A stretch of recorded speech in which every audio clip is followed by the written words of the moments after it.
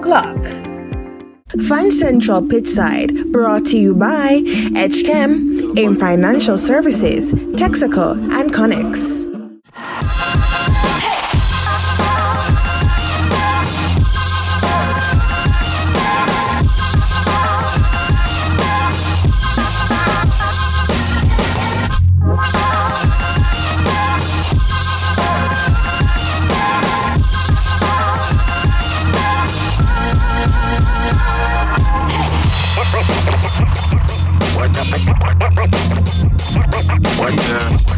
The Schoolboy Football stars continue to shine as it's almost quarterfinals time. The Manning and the Costa Cups competitions are on the cusp of the last 8. We'll tell you all about the teams that have made it so far. Hello and welcome to Fan Central Pitchside. I am Michalia Cowan with last week debate champion, the man from Campion, Nathan Curtis. You're looking quite dapper today. You have to say it properly. The man from Campion. The man College. from Campion. Because Campion is... Yes. I'm only being courteous to him because he looks quite dapper and I'm in birthday spirit. I'm getting older, so I have to be more mature. Campion beat Judges, shocking the schoolboy football world because Campion a big side. Okay, then. Let's just... Thank you very much. I'm going to be nice to you today. Thank you. Yes. Thank you. 4 Manning Cup quarterfinal spots have already been decided. Excelsior, Kingston College, St. Catherine, and defending champions Mona High are the teams in the last 8. No surprises there, Nathan, right? Yeah, I mean, we know that Mona was always one of those class teams. I told you that Casey was going to find a way to come out of the group. So when I'm looking at what we've seen so far, it's kind of expected, the kind of predictable, but the quality of the football, as I've just been talking about all season, has just been so good. I've just enjoyed it. It has improved across the board. Absolutely, and there are 4 spots remaining to be filled. We have Eltham and Tivoli who will fight for one of those spots. Both teams will face off in their final game in Group 2 this Saturday coming. Yeah, man, and after winning all of the games in the first round, Eltham opened the second round with a defeat to Excelsior, which again is shocking. But they then beat Jonathan Grant on Tuesday to sit 3rd on 3 points. And then Tivoli beat Jonathan Grant in their first game and then lost to Excelsior on Tuesday, putting them on 3 points as well, which makes this game against Eltham an epic one as both teams look to join Excelsior in that quarterfinals. And I mean, I think that this is going to end up being one of those the games of the season. It's gonna be really good. Everybody's looking forward to it. So am I. And I mean, when you think about it for both teams, especially Eltham, it's just, I mean, a draw could be enough for Tivoli, but I don't think any team is going for a draw. No. I don't think any team is going for a draw. They want to come out of that match on Saturday with a win. True. And with a spot. True, because you want to go into the quarters and show that you're worth it. Absolutely. And I mean, and with one match to go in each group, let's look at the standings. Now, defending champions Mona have already qualified from Group 1, and they have 6 points and meet St. George's on Friday, and it's a 2-way battle for that quarterfinal spot because Campion College will play St. Jago. A draw could be enough for Campion, and we know we're not looking for draw, we're going to beat Jago. If St. George's drops points against Mona, which you know Mona is going to beat St. George's. Now, St. George's also has 3 points and have it all to do against a very good Mona team to advance. Now, this game will surely be a heated contest, and a repeat of last year's semi-final means that it's just something to look out for. And yeah, we know St. Jago are out of contention, but out of contention doesn't mean that they are not going to show up. So I know Campion must show up for that game and be good.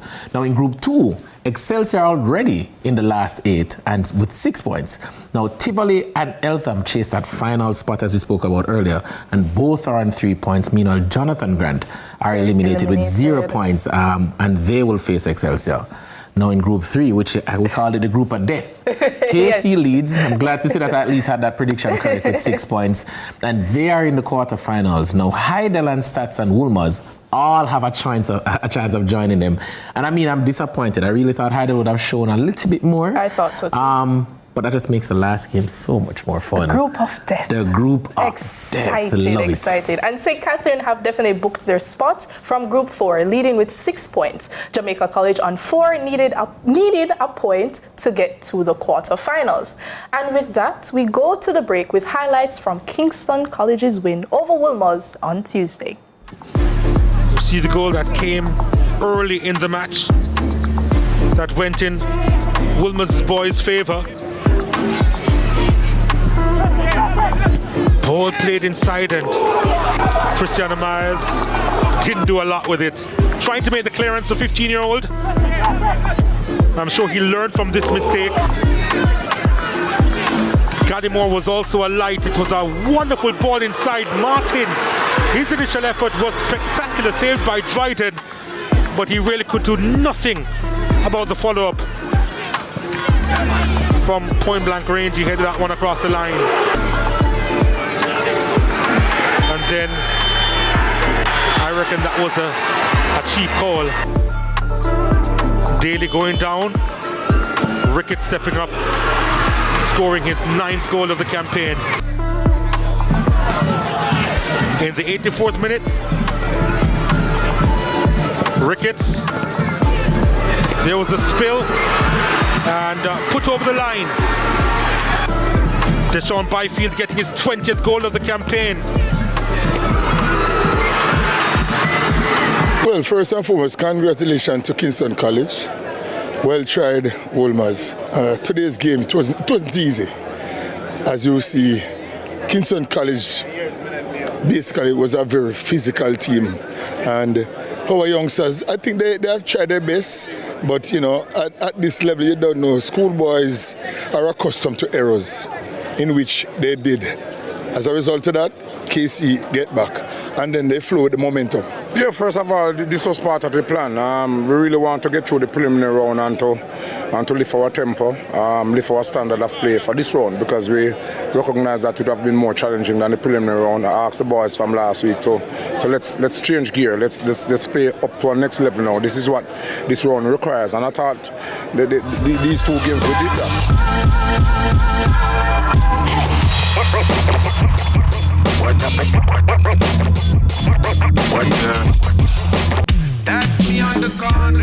People don't bother feel like you can predict who is going to be in the shop with me. A ship carry you back again. Controversial. How old were you? 8 years old. Now we're contemplating. These are the digits. What kind of episode this one? Another junction in life. I have 2 left foot then, sir. Yeah, yeah, man. See the buckle of the Nigeria now. This is my show, and you will not drop word from me. They even know them things. TJ, I can't say that no. You're going to mash up some house. You know, say Barber Shop is really there ready to make your cut. So, what you cut before? The cut, okay. Now I'm where I want to be. The Cut is brought to you by Flow. Hi everyone, my name is Kurt Dunn. Greetings from Kali's Kelly Yoga. Hey, it's Travin Morrison, and I am your National Physical Activity Specialist. And it's time to make a move. Jamaica, let's get moving again. Season 2 of the Ministry of Health and Wellness Jamaica Move series is here. Join us Wednesdays at 5 a.m. and Saturdays at 8 a.m. right here on CVM TV. Let's get moving. Make a move now. I'll teach you the electric slide. Come rise with us. It's another Feel Good Friday on Sunrise, and we're rolling out the red carpet for Marcia Griffiths and Friends. That's right, we're celebrating 60 years of musical excellence with the Queen of Reggae. Plus, I think I hear the phone ringing. It's a special call with Gramps Morgan. Then, Brick and Lace in at the place. Don't miss it. You've never seen a sunrise quite like this. And you can't do without it. It's electric. Boogie, boogie, boogie. Freedom is demolished. It's really, really Now, defending champions Clarendon College are on the verge of the Costa Cup elimination following their 2-1 defeat to Monroe College in Group 2 in the round of 16 action on Wednesday. Now, this loss leaves Clarendon College in 3rd spot on 1 point heading into their final game against Cornwall College on Saturday. Now, Monroe College are through to the quarterfinals, leading the group with 6 points. Now, also in Group 2, 12-time champions Cornwall College will have to contest the Ben Francis Cup following their 1-0 loss to Frome, which means they are out of the Costa Cup. Frome are on 4 points and need just a draw in their final game against Monroe to reach last 8. How do you guys feel about that? Why? Remember earlier this season I said to you that Glenmuir is a lot of people's favorite, you know. Yeah. It tell me the CC is not weak, you know. There's not, but the truth is, you know, and CC has played some good ball. They've played some good ball, but I warned you that everybody else has been better, because here's what. You did not expect Monroe College to be what they are this season. Monroe has stepped up the level. Because I know Monroe was rebuilding. Dean was there last year. Rebuilding, they are not. They are competing. Yeah, but that's the thing. So, and we have these conversations all the time about teams that are quote-unquote rebuilding. And Monroe, within the space of a few months, last season to this season, have gone from where they were last year, second round exit, to the quarterfinals. And looking, they're one of the good teams.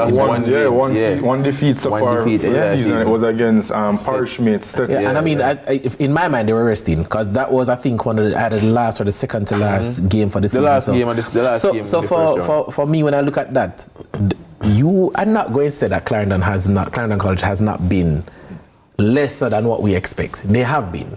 To have lost as many games as they have lost and conceded as many of them they've conceded. And not scored. They've scored goals either. Last year they scored 47 goals. At this stage, now they've only scored 31. If my maths correct, that's what, 16 goal difference. So that's a major fall off, you know. And you look at the losses as well. I think they've gone 5 losses, you know. When last 4 or 5? I think either 4 or 5. Yeah. Then be Central, Monroe, and then somebody else. I think it's about 4 losses. 4 losses. And Glenmere was out the last. Yeah. So in the last 2 years combined, CC lose so much again? No, I think the only time they have lost in the last 2 years combined was in. They lost the KC in the Champions Cup. That's it. And they lost to Glenmere last year in the Champions Cup again. So, I mean, but you kind of call it, so we can say props to here. There has been a major transition in Clarendon College, because there's quite a bit of players that they've lost since last season. 9 of the first 11. So, but I did warn you, they were still going to compete, which they have, because to still have a chance in the second round, having a fresh team, this is a team that is mostly youngsters. is still testament to how good they've been. And I will go back and say as well, I'm not change my point. The quality in the DaCosta Cup overall, Froome, you never thought it. Kemsil, William Nib, though they're out. You are talking about some teams, and I mean Cornell, who we thought were going to be dominant, because they were dominant in the first round. I never thought Cornell would dominant. No man, they were playing again. I said there was some quality that was happening, but when quality meets quality in the second round, that's where you find starts happening. Talk about Cornwall a bit in the second round. I think they've lost all the games so far. Yeah. Come on. So, but the truth is, again, I did want you see this round 16 is a different. This is not the normal round of 16. The DaCosta Cup this year has just been different quality. A lot of heavyweights. And a lot of the big teams that you're expecting to show, they've shown. But the smaller teams have shown better. As well, better than them. I mean, Kemsil continues to, as we said, punch above. Monroe, who we've not talked about in the DaCosta Cup, we have not talked about, because they didn't. A school that I like very much is the school that was in the group with Dentil. Their name is shipping right now. McGrath. Yes, man. McGrath. So you look at all of that, Very good. I'm really happy. I think the quality of football, and we're talking about the DaCosta Cup, but between Manning Cup and the DaCosta Cup, it has been tremendous. Yeah, man. Right? You're going to have some fresh names this year that you're seeing in the quarterfinals that you probably weren't seeing last year, or that probably were making their inroads in the Ben Francis and the Walker Cup last year. Sorry, in the quarterfinals there. So it's gonna be very entertaining. It's gonna be very exciting, and I'm looking forward to see what can happen. I like McGrath though. Well, what I can add is to say that, remember, McGrath win the Ben Francis last year. So they're looking to build on their success. They've retained a lot of those players as well. That is it. Central and McGrath booked their spots in the last 8 with wins in Group 4 on Wednesday. McGrath got a 1-0 victory over Manchester High to march into the next round. Central clipped Denby 1-0, courtesy of a 15th-minute goal from Antoine Wright, to move to 6 points. Denby and Manchester bowed out of the DaCosta Cup following their second defeat and will play in the Ben Francis knockout competition. So more and more Glenmere are continuing to look like the champions elect. And I mean, you remember you spoke about one of the major transitions that they got. So for them to march into the quarterfinals with a comfortable 3-0 win over Ochi on Wednesday is just a sign of who they are. And I think one of the best ways we can see that is just to look at some highlights of that game. Let's see how it looks. Watson looking for his 23rd goal this season. Glenmure's number 9, their top marksman. Malik Martin between the sticks, waiting. Watson steps up and scores. And Allen is on it, running into space, switching the play. Cummings. It's Blackwood for company. Cummings receives it. White. Again, it's White. Deflected! And in! Blackwood. Blackwood. Goal! Malik Martin totally misjudged that. And Blackwood from long range gets his second goal of the season. And there's some little errors there about, you know what I mean? And it cost us the game, but to be fair though, I mean, Glenmore had a better game though, you know what I mean? And when we got our chance to attack, you know, we just wasn't decisive enough, you know? Yeah, man. Very controlled, much credit to our team. Much credit also to Otorius High School, not allowing a lot of space. You may get through the midfield line, but they quickly collapse and the defenders manage to protect the center of the field pretty well. But in games like this, it's good to find different solutions to scoring. One, a penalty, yes, but also two, playing against a team that's deep like that, sometimes you need to maybe shoot from outside of the box, and we got 2 goals like that. So what do we have here? Glenmore, they're top of the group on 6 points. Otorius and Dintil both on 3 points. Happy Grove pointless after a couple of matches. Now here are the other teams to have booked the Costa Cup quarterfinal spot. Monroe College, Central, McGraw. Now they all joined Glenmore in the last 8, and the 4 remaining spots will be decided on Saturday. Now we go to break and return with the great debate. Right back, guys.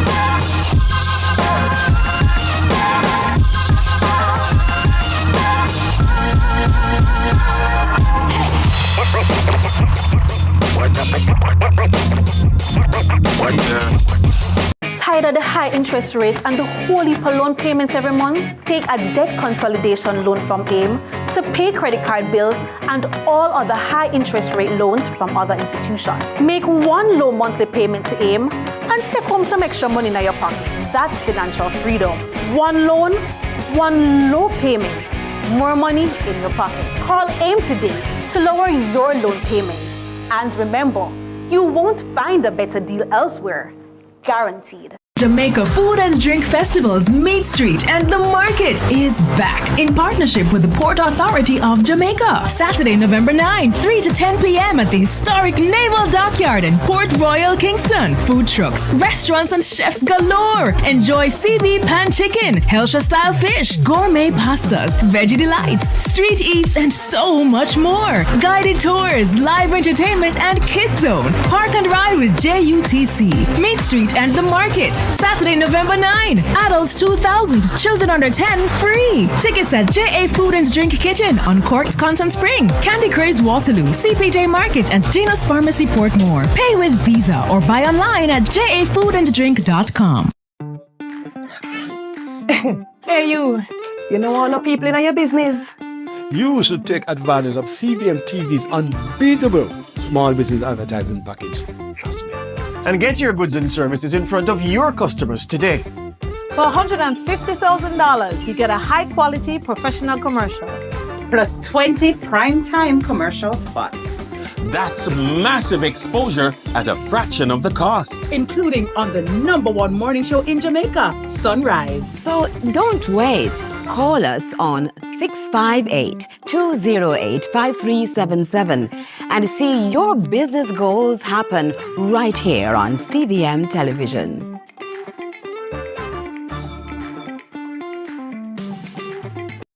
Welcome to the ZZ Lottery Draw for 8:20 p.m.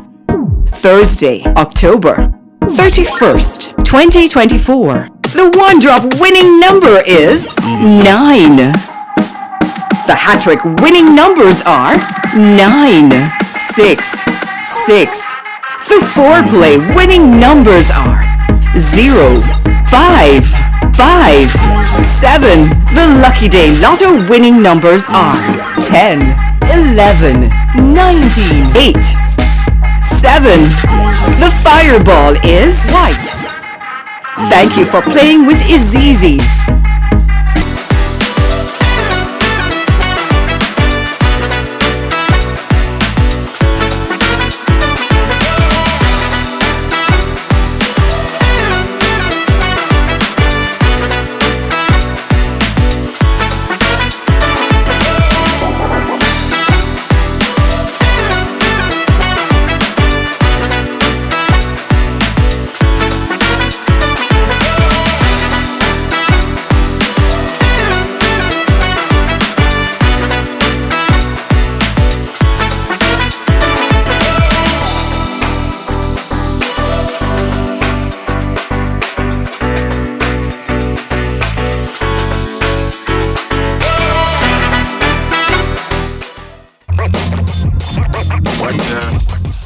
Welcome back. It is time for everybody's favorite segment, especially mine, the debate. After last week's rare win for Nathan, he finally gets time to celebrate. So, in this week, Gio and Renaldo will square off. Today's topic is, should schoolboy football coaches be certified? Now, this comes on the backdrop of the pivotal role that SPF plays in the development of national football. Let us debate. Gio, you have a minute to make your point. We couldn't make Nathan go first this time. Anyways. Ooh, Nathan? Who? I don't see Nathan. Not Nathan, Renaldo. Oh my God. Nathan, how is it for your mind? Never. Why? All right, Anyways, so I think schools. I think when you think about what schoolboy football is and how schoolboy football is run and how it's played and all of that, I don't think you necessarily need to force some sort of a registration or certification on these coaches. A lot of the persons who coach schoolboy football teams, they would have gone and done the requisite PE. Gio, I think you just lost the debate. I've got the qualifications that are needed because really and truly, schoolboy football is it's physical education that is taken to the next level. So yeah, they would have gotten their degrees or they would have gotten their qualifications from that perspective. So the man them get them GC faster degree. Yeah, them GC faster degree, so them good. All right. Fair enough to Gio and a certain producer whom I won't name, who argued that essentially schoolboy football is kind of an extracurricular activity, which I don't believe in. But I would say that I would want my coaches to have to be certified rather, because remember, as Michalia touched on earlier, schoolboy football is aiming to become a somewhat of a feeder program to the next level, so that the athletes can matriculate from high school to college, locally or overseas, or even better, to clubs, right? But, so, hold on, my boss, a minute I done. So if the coaches are somewhat certified, and you have 5 levels, by the way. You have the D license, the C license, the B license, the A license, and there's another one. I think it's called a professional license, something like that. So if you have even the basic one, the D license or the C license, I would assume that you have more knowledge, more expertise, can share with the players and mold these young men and young women to an extent into professionals. The issue that you typically find in Jamaica, though, is that the money that is required to certify schoolboy football coaches, and keep in mind that there are a lot more schools involved in football in Jamaica than there are club systems or academies. It's very difficult to find, and the coaches, the courses that the coaches would need to certify themselves, they don't come around very often, probably like twice or 3 times a year. You have to find the money. A lot of the time the coaches have to find this money out of pocket. Not every school, we know about the financial side of schoolboy football, every school can pay for their coach to be certified. But we'll see where it's possible, because there are coaches in the JPL who are certified. For example, Jerome Waite. Fine, but is there enough? Who also coaches Wolmers. But you're looking at 20 JPL teams. How many schoolboy football teams are there? Probably 200. My point, exactly. So while it is that, yeah, we have some big schools who appoint some JPL coaches, and the JPL coaches, them have them qualifications. The smaller schools who are dropping out in the first round, they're probably not hiring a JPL coach. They're probably hiring, like, again, Gio. A Gio. A PE teacher. A physical education teacher. And they're not even hiring teachers to coach schoolboy football. They're hiring a physical education teacher, and he just so happens to be helping out with the schoolboy football system. So, I mean, the finances, do you have that's the a big... ability to rebuttal his point on resources, because all he's talking about resources. Is there anything that all right, put it this way. Put it this way. You want a new car, you're going to save for buy it, right? You want a new shoes, you're going to save for buy it, right? You want to be proficient and certified in your field. Right. Save and pay for it. So, yes, you're going to say them a lot of money, but it's a sacrifice. You and I are going in for a job interview. I want to ensure that my resume supersedes yours, and I'm going to do whatever it takes to up my resume. So Gio come in with him GC Faster degree and for say my PE coach. Some of these schools don't care that much, do you know? Feel like have two no, but Gio then, but I think application. But then no, I think you think like this. You only think about the school. No, you have to think about all the schools. No, but we're talking about a majority of the schools, because alright. If you have how many schools qualify from each group? Probably 2 schools. So do you think it from only each group? comes down to the resources of the schools? It comes down a lot to that determines the certification. It comes down to a lot of so it doesn't only come down to that, you know, but it's when you talk about certification, it's not a free thing. Finances are needed to ensure certification. You can't talk about certification and then totally ignore the other aspects. Now, for me personally, I've always been of the fact that clubs should primarily be responsible for the development of young talent. And generally in Jamaica, far more prevalent than in schoolboy football at least, a lot of clubs, the persons at their academy, have the requisite coaches, and the clubs will invest enough money or at least subsidize so these coaches can get their qualifications. Now that's a smaller group, as you have just said a while ago. You have 200 plus schools. It's way more difficult. My final rebuttal is I am the winner today, so I will allow you to officially announce that. Oh Lord. I remember. Just remember. All right. Okay, I get the duty and the honor to select a winner. And unfortunately, today, who will be crying out of studio is Gio. I'm so sorry. Never cry. But congratulations to Renaldo, because he got his first debate win. Right. Yes. Congratulations. Would you like to make a speech? J2 No. Would you like to make a speech? Listen. You see, as a serial winner, you know, your first debate? All right. It's not fixed. It's like, I know Gio is going to say, oh, this plan. It's not fixed. You see, as a serial winner, I have nothing to say, but thank you to the fans and thank you for continuing to watch. I wonder what Nathan has to say about this. What Nathan has to say? I wonder what he has We'll find out next week. Thank you very much for the win. It's about time. It's about time. Congratulations again. And Gio, I'm so sorry. But I agree with his points. Sorry, I'm not really sorry. But it's time for a break on Fan Central Pitchside. Team Talk is up next. You cannot afford to miss it.